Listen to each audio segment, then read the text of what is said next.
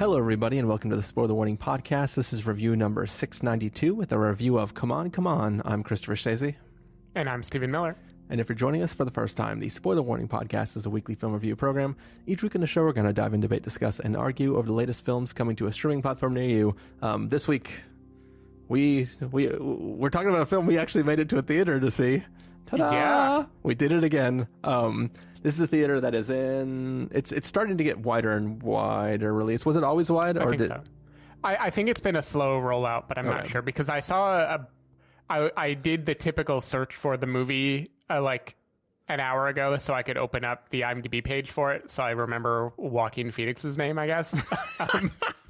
And when I searched, a bunch of articles from this weekend came out. So there must be some locations that this came out this last weekend because people are writing articles about it. Gotcha.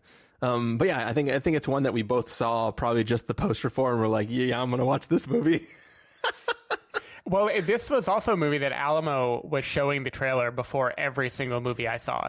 So gotcha. It was like the one way I knew this movie existed was going downstairs to see a movie at Alamo. It didn't matter if it was Titan or The Last Duel or I don't even remember what else, but every movie then Come On was there. And then there was a little bit of buzz. So everyone was saying that they were excited because it was a Mike Mills film. I don't really have a relationship with him as a director, even though I'm pretty sure I've seen all of his movies. I think I saw Beginners and I definitely saw 20th Century Women and liked it, but it didn't mean anything to me when people said, oh, there's a new Mike Mills movie. You know what that means. But there was enough buzz and then Alamo hitting me over the head with it. Yeah, I think that the only time I saw a trailer for it was probably before The Last Duel. That is one of the things I actually generally like about going to an Alamo place is they're not just showing trailers for things that are coming out in the future. It's like the programming they are doing.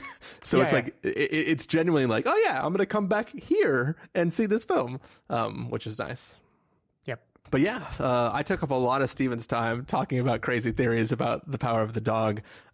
So, Steven, what if I just put you out of your misery and just let us jump into this review? Wait, are you going to put me out of my misery like Power of the dog style? Exactly. You going to dog me, bro? I would never do that to you, Steven. But what I am going to do is play the trailer for Come On, Come On. And then we're going to talk about this film.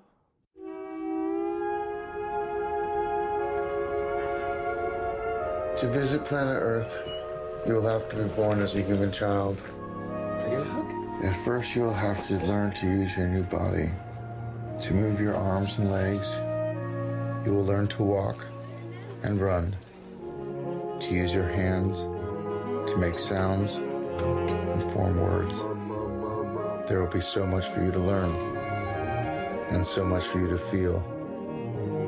Sadness, joy, disappointment,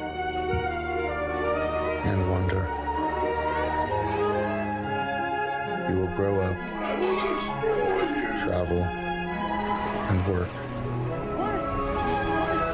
Over the years, you will try to make sense of that happy, sad, full, always shifting life you are in. And when the time comes to return to your star, it may be hard to say goodbye to that strangely beautiful world. Damn this book. You're crying. No, I'm not. Yes, you are. You're definitely crying. Say you're crying.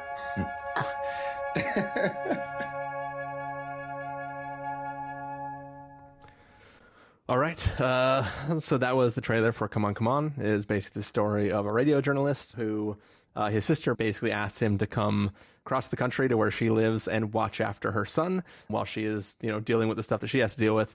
And it's basically about this radio journalist interacting with this child who is not his. And just the period of time he spends watching this child. Stephen Miller, what did you think of Come On, Come On? I loved this movie so much in a way that there is not a ton to say about it because this movie is all a vibe. This movie is a feeling. It is black and white photography, basically. I know it's cinematography, but it feels like photography. I was about to say literally, but then I didn't know you weren't speaking metaphorically.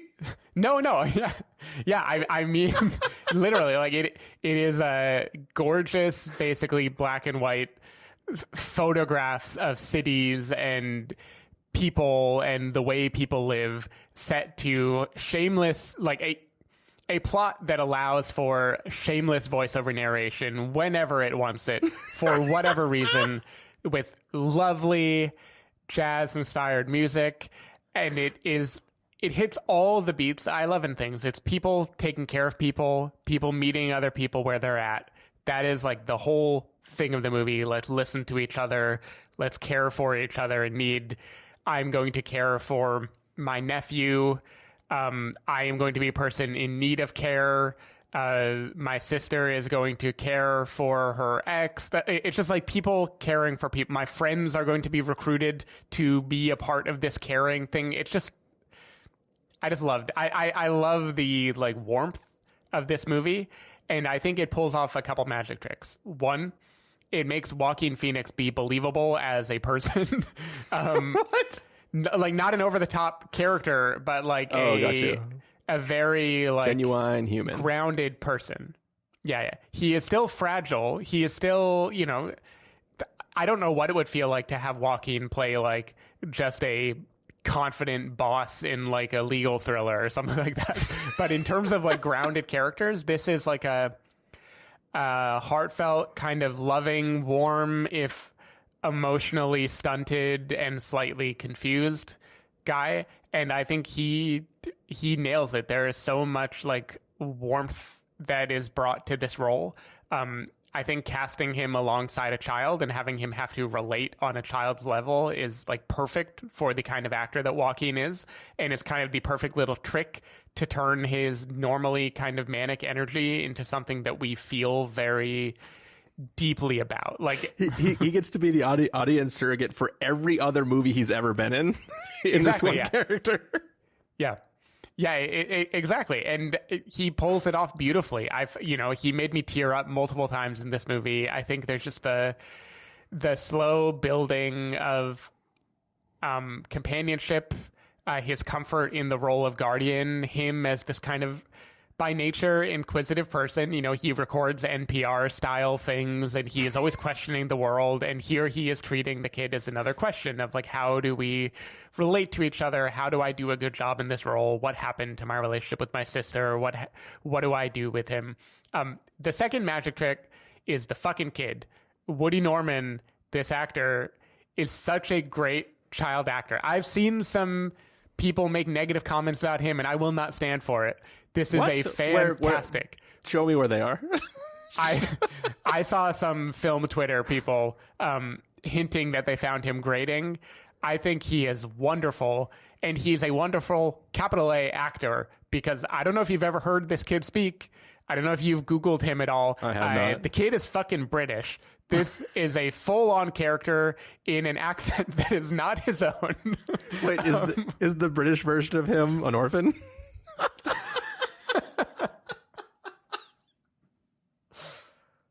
The kid is like a mini Timothée Chalamet, and he is so believable here that I 100% thought this was like Mike Mill's son that he just got to do the movie so it could be the most realistic child in the world. He's got the hair for it.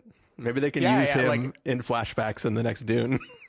Yeah, like I thought the director was pulling a Judd Apatow and just being like, all right, the only kids that I can possibly make, you know, do a movie with me are my own, and this is how it's going to be a very natural reaction. But no, kid is just acting. He's just a little kid who is acting his heart out, and he is such a believable, I think he's supposed to be 12 or 11 in the movie.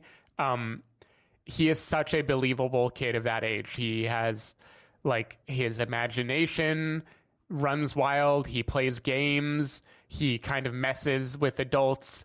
But then at the same time, he is a kid. He breaks down. He has temper tantrums. He does all the things. He swings so wildly in such a believable way. And I have to believe this movie was filmed chronologically, because the way that Joaquin Phoenix and Woody Norman slowly open up to each other and seem more comfortable. Yeah. If that was shot out of order, they are so amazing at continuity.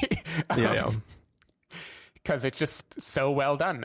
And Gaby Hoffmann as like the sister, the kid's mom, I think she is wonderful, even though she's basically being forced to like act with a phone most of the time in the movie. It's just this. I made a prediction last week that I feel like you had to love this movie because this is doing the Swiss Army Man thing of this, and it's doing it in both directions. This is doing the Swiss Army Man thing of explaining the world, how life works to someone who is seeing it as if from outer space. This movie does it a few ways. There is the literal book that is being read in the trailer. That already lets you know that is kind of what you are getting, is like, here is life, let's show it. The way the filmmaking is done just seems like it is in wonder at the world as is. We get to see Joaquin Phoenix teach this kid about the world and answer hard questions about things. Like, there are some really emotional moments later in the movie. And then we also, I know this is the biggest cliche in the world, we get to see the kid teach Joaquin Phoenix about what it means to be a person. What does it mean to be a provider? What does it mean to connect to other people?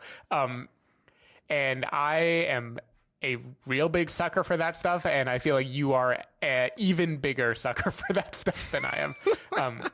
So I will stop my monologue here and just say, I love this movie. I'm not going to say it's doing a lot. It is a simple cheat code of a movie, and that cheat code works amazingly well, and I don't think I would change any of it. I was just very, very moved the whole way through. Yeah. So Stephen is correct. I also love this film. This film should not work.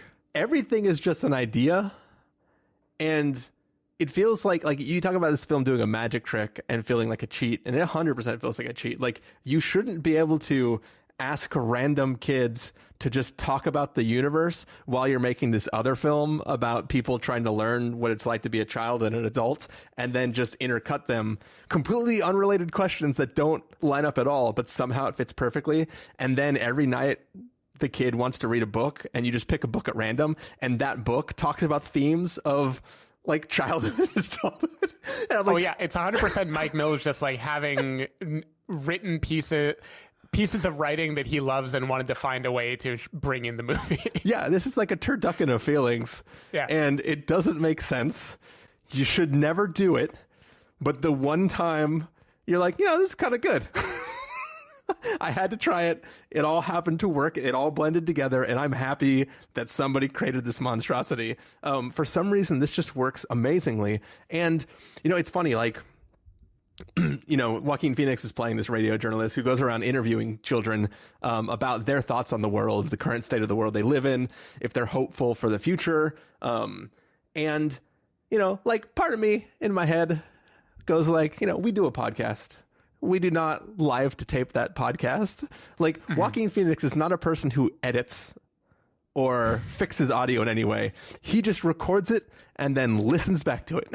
And that's the extent of his radio journalism, right? Like, it seems like there's no change to anything he ever records. But also, I'm like, man, I want to listen to this fucking radio program. I really, so much so, we had a conversation. The credits of this film include some of this radio program, and assholes in my theater talked about their feelings of the film while it was going on. And I wanted to run over and yell at them and go like, hey, the film's still going. Fuck your feelings. I'm watching. Come on. Yeah. Why don't you go? I don't know what the opposite of come on is. Step off. But yeah, no, I enjoyed this film a lot. And it's funny too, because like the film starts with some context that you need to understand the relationship of these two siblings.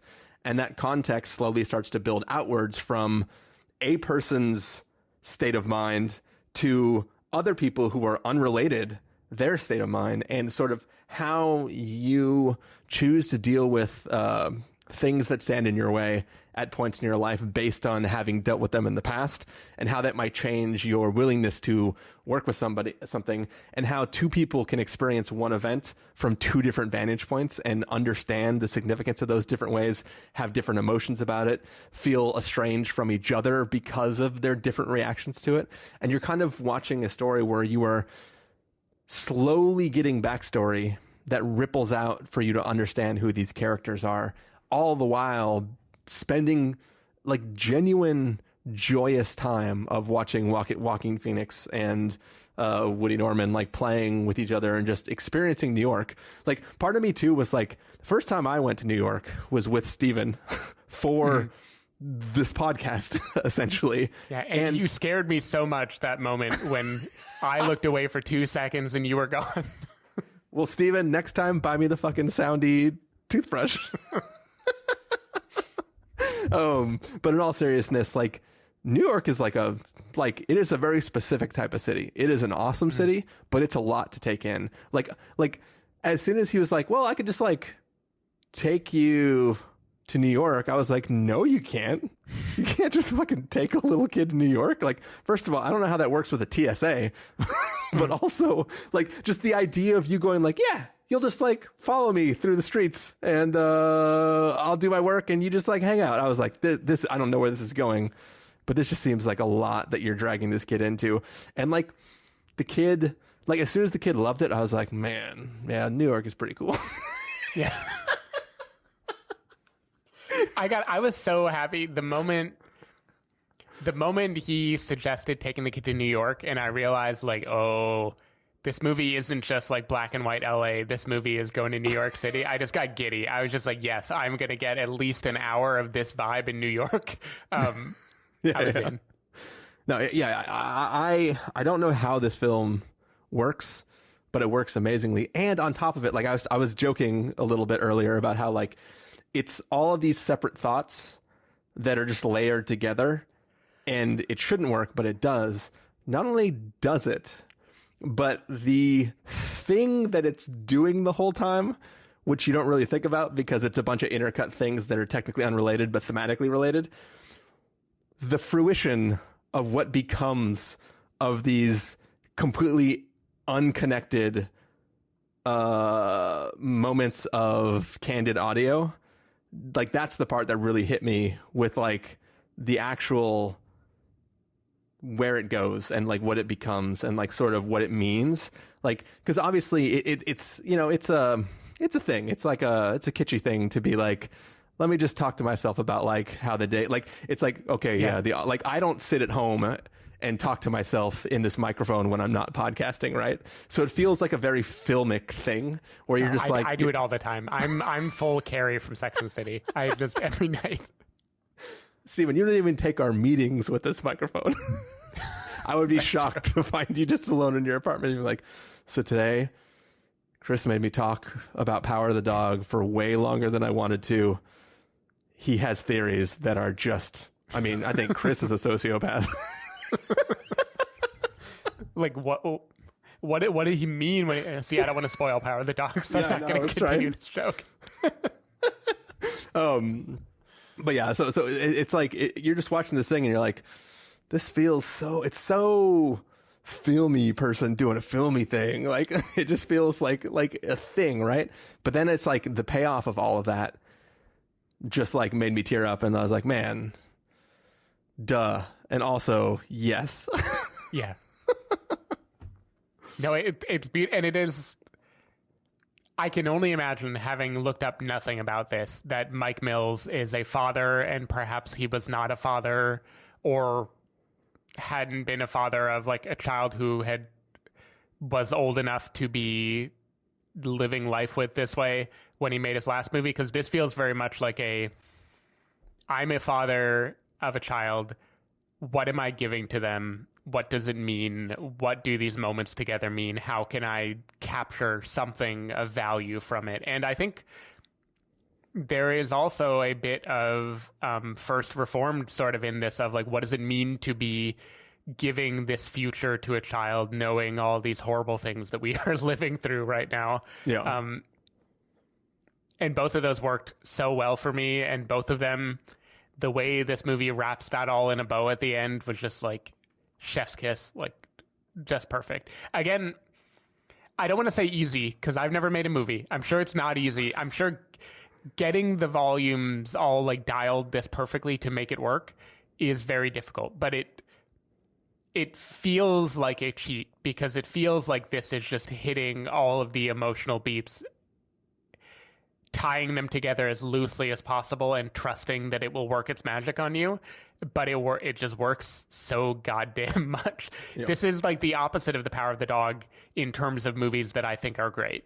The Power of the Dog, I think, is like finely crafted and tuned to be like every shot is meaningful and everything is building towards this whole thing. And this movie is just like vibe after vibe after vibe, and it gets me in my heart place. And I love that shit.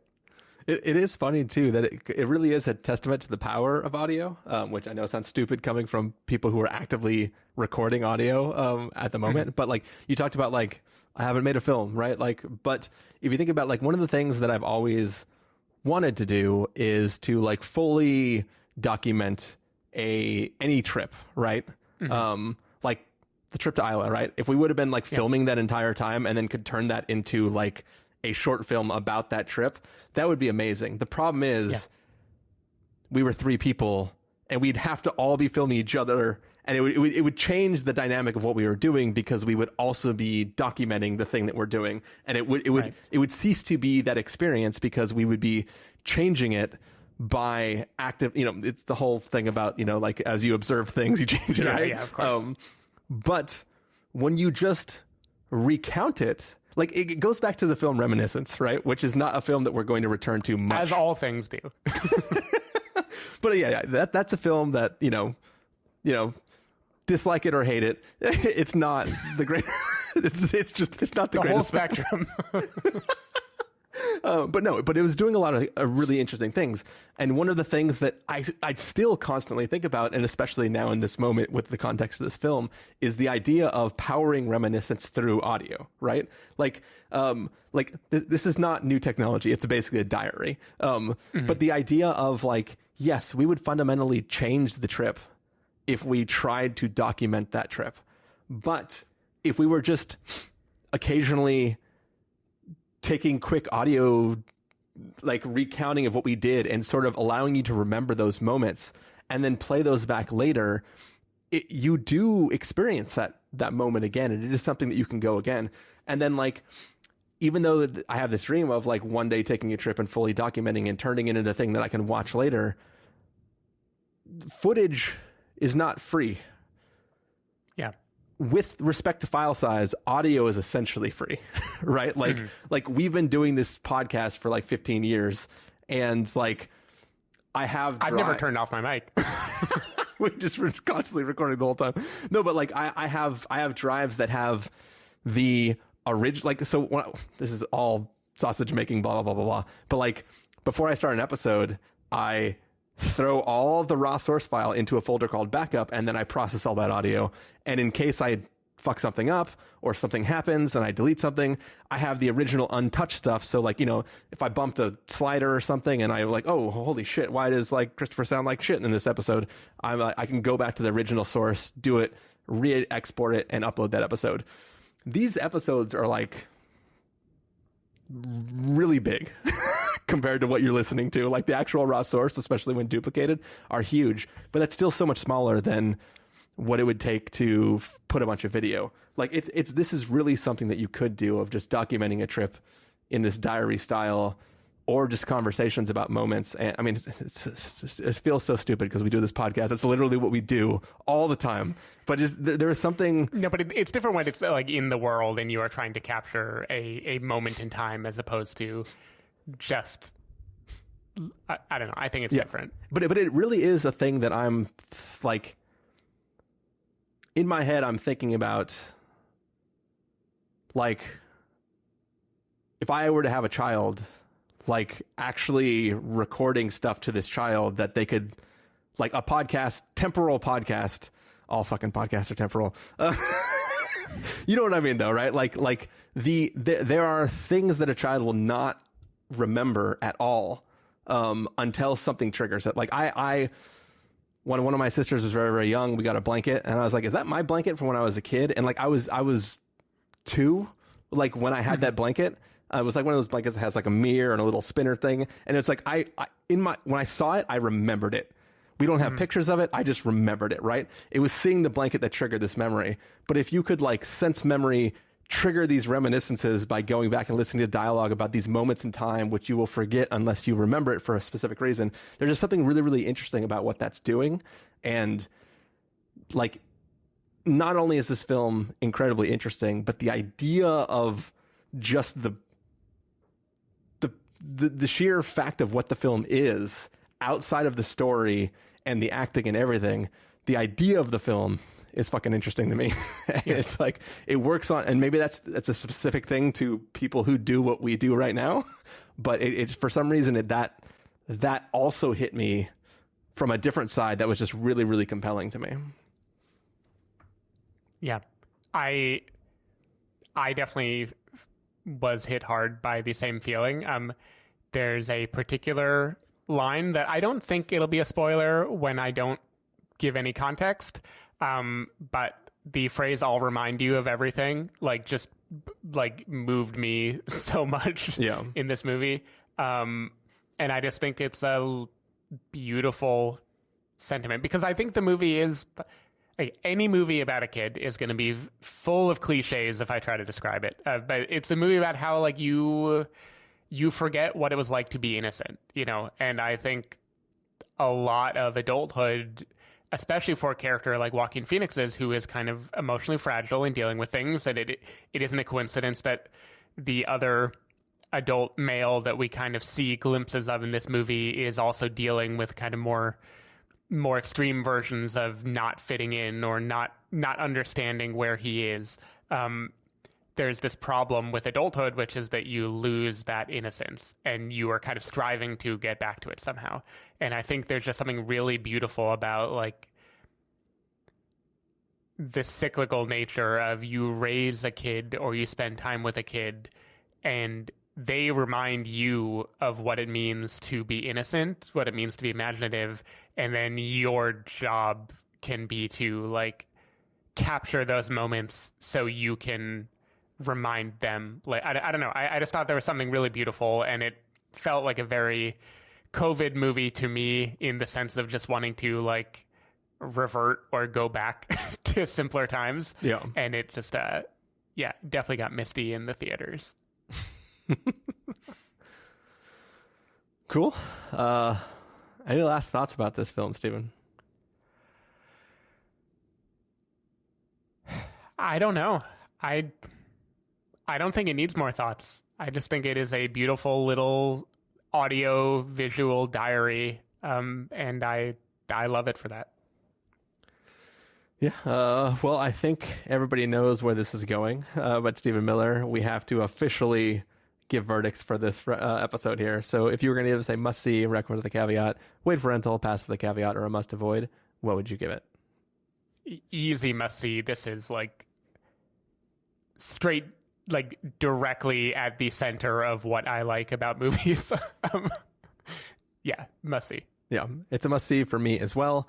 It's sort of the like thinky, emotional version of like an action film where like you can really only talk about it with somebody else who saw it, and then you can be like, oh yeah, and then the one time when they did this, and then the one time when they did this, and it's like you like, in an odd way, you relive the moments that those characters would want to relive.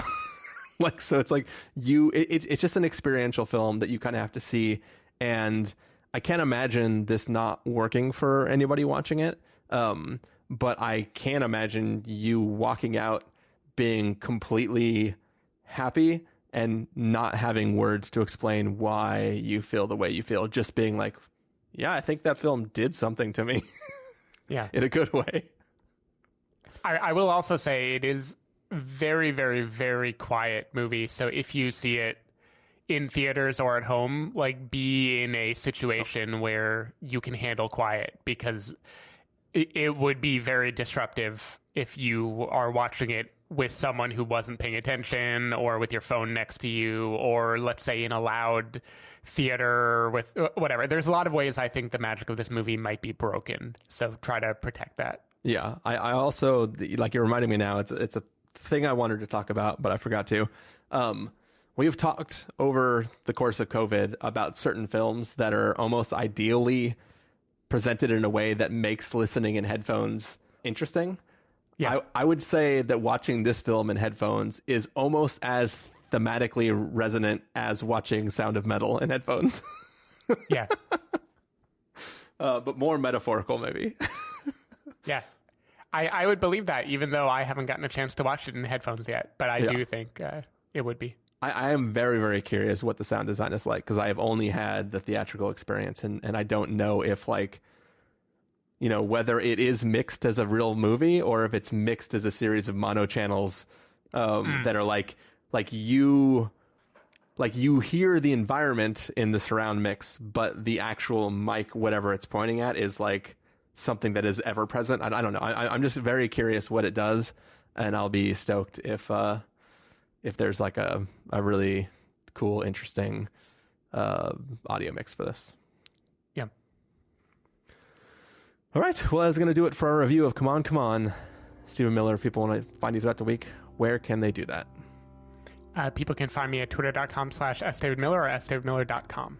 People can find me at ChristopherInRealLife.com or twitter.com/ChristopherIRL. You can find the podcast over at thespoilerwarning.com, where you can get a bunch of the back episodes of the show.